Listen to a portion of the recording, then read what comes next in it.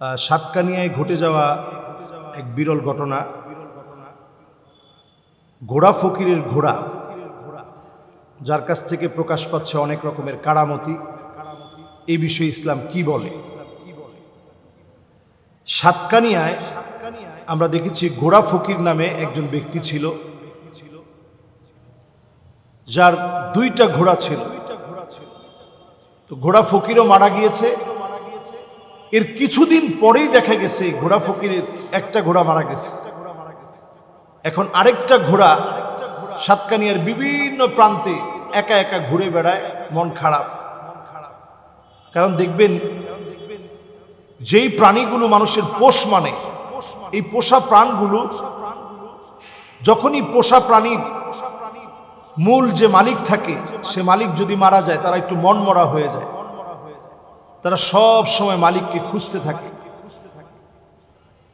এটা দিয়ে আল্লাহ তাআলা কেমন যেন বোঝান যে, বান্দা তুমিও আল্লাহর দিকে একটু আসো। সামান্য একটু খোঁজ খবর আর খাবার দেওয়ার কারণে তোমার পোষা প্রাণী তোমার পিছনে পিছনে ঘুরে,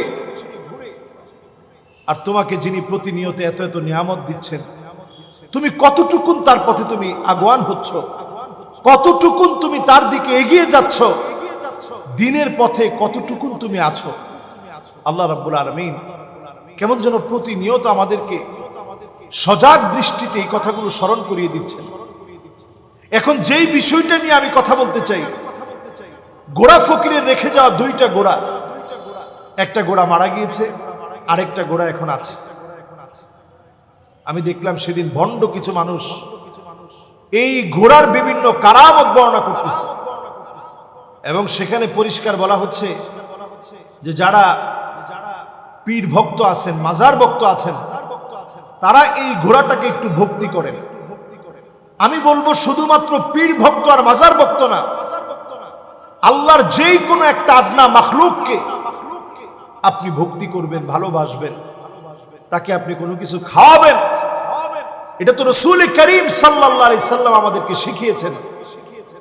একটা উটের চোখে পানি দেখে আল্লাহর হাবিব বললেন, আফালা তাত্তাকিল্লাহ ফি হাদিহিল বাহিমা আল্লাতী মাল্লাকাকাল্লাহু ইয়্যাহ।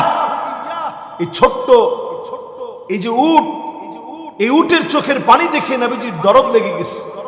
আল্লাহর নবী বললেন, এই উটের কান্নার ব্যাপারে তোমাকে জবাব দেওয়া লাগবে। তাকে তুমি শুধু খাটালা, কোনো খাবার দিলা না, আল্লাহর আদালতে জবাবের সম্মুখীন তোমাকে হওয়া লাগবে। প্রিয় ভাইরা, তো একটা উটের ব্যাপারে যদি জিজ্ঞাসিত হতে হয়, একটা ছাগলের ব্যাপারে যদি জিজ্ঞাসিত হতে হয়, একটা গরুর ব্যাপারে যদি জিজ্ঞাসিত হতে হয়, আপনি যদি তার সাথে সুন্দর আচরণ করেন, ঠিক তেমনি এর বিপরীতে আল্লাহ রাব্বুল আলামিন আপনাকে সওয়াবে ভরপুর করে দিবেন। এই যে বুবা জন্তু, সে হয়তো বলতে পারে না, কিন্তু তার যে একটা দোয়া, এই দোয়াটা আল্লাহ রাব্বুল আলামিন ঠিকই শুনেন, ঠিকই আল্লাহ রাব্বুল আলামিন তার দোয়া কবুলও করবেন। এই জন্য আপনি যদি তার সঙ্গে সুন্দর আচরণ করেন, অবশ্যই আপনি কিছু পাবেন। কিন্তু এখন এই ধরনের ভিডিও যখন হাইলাইটস হবে, অনেকে গিয়ে দেখবেন তার নিচে মাথা নত করে দিয়ে রাখবে যে ঘোড়া ফকির এই ঘোড়ার উপরে ছিল, এই ঘোড়ার উপরে কেমন যেন এখনো ভর করে আছে। বাবার খাস নজর এই ঘোড়ার উপরে পড়ে আছে। বাবার খাস নজর পড়ে থাকার কারণে তাকে দেখা যাবে সেজদা দেওয়া শুরু হয়ে গেছে। এরপরে এই ঘোড়া যখন মারা যাবে, এই ঘোড়া যখন মারা যাবে, বিশাল আকারের মাজার হবে, ব্যবসা কিন্তু জমে উঠবে, জমজমাট ব্যবসা শুরু হয়ে যাবে। এই জন্য খবরদার, শিরককে যদি আপনি প্রশ্রয় দেন, আমল পাহাড় সমান হবে, লাভ হবে না। আর বিপরীতে যদি আপনি সাধারণ একজন মুমিন, একজন মুসলিম, গুনাহ হয়ে গেছে, কি পরিমাণ গুনাহ করছেন, আনানা সামা, সুদূর আকাশ পর্যন্ত আপনার গুনাহ আর গুনাহ। এত গুনার পরেও শিরক করেন নাই, গুনাহ করছেন, নামাজ ছেড়ে দিচ্ছেন, হজ করেন নাই, যাকাত দেন নাই, মিথ্যা বলছেন, জেনা করছেন, মদ খেয়েছেন, হারামভাবে উপার্জন করছেন। হঠাৎ করে বুঝ চলে আসছে, আল্লাহ করলাম কি, গোটা জীবনটাই তো আমি গুনাহ দিয়ে ভরে ফেলেছি।